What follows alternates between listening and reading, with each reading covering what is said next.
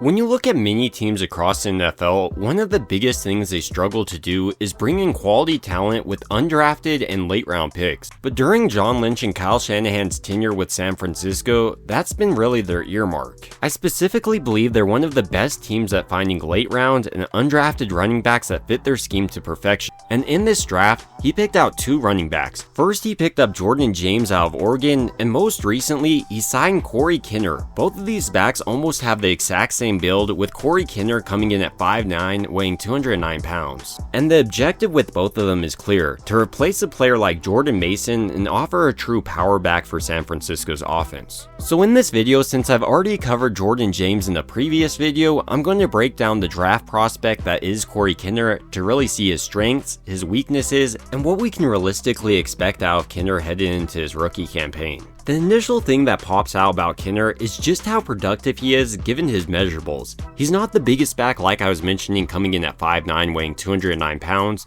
and he's not the fastest, running his 40-yard dash in 4.57 seconds, but he knows how to make people miss, and like a player like Jordan Mason, you'll see on his film, he's rarely brought down by the first tackler, and because of his compact size, he plays much bigger than his 209-pound frame would suggest. It's really hard for defenders to get underneath him, and as a result, you'll routinely see him bounce off tacklers or even just truck them to the floor. And like San Francisco's other running back they selected, Kinner does a great job of putting his foot in the floor and then cutting. He's not really dancing around in the backfield, and he also has a pretty good cutback. Probably tied to this awareness is his ability to really manipulate the defense once he's in the open field. He does a great job with his angles and really trying to challenge the defense in a certain way to create tons of space. To really show what I'm talking about, on this play, I want to focus on how Kinner is pressing this outside gap. And on the defensive side, you can see how this causes his linebacker to float to the left as well as his safety.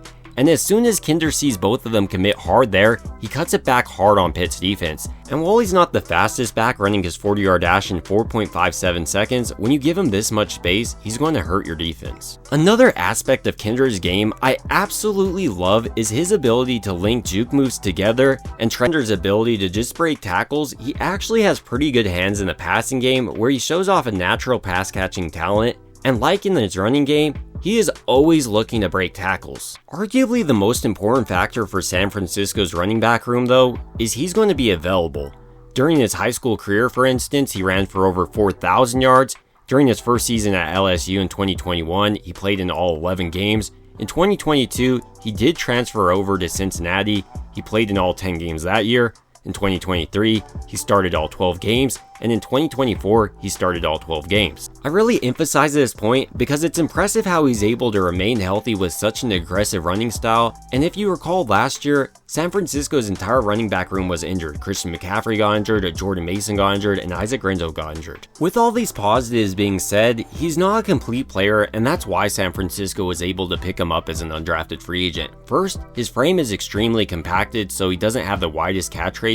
He also lacks top-end burst and speed, so he will be chased down by more athletic defensive backs or even linebackers. Still, when I look at Kinner though, I see like almost a discounted Maurice Jones-Drew. He's not at the same level as Jones-Drew by any means, but I see a similar type of player. He's aggressive with the ball in his hands, can make people miss or just plow straight through them. So for these reasons, I think he has a real shot at making the 53-man roster, especially if Kyle Shanahan decides to carry 4 running backs. He would have to beat out a player like Patrick Taylor, but I think he's a hell of a player, and I think a much better player than Patrick Taylor. He has the ability to juke out people, run through them, and I rarely see him be brought down by the first tackler. It really takes a team to bring him down.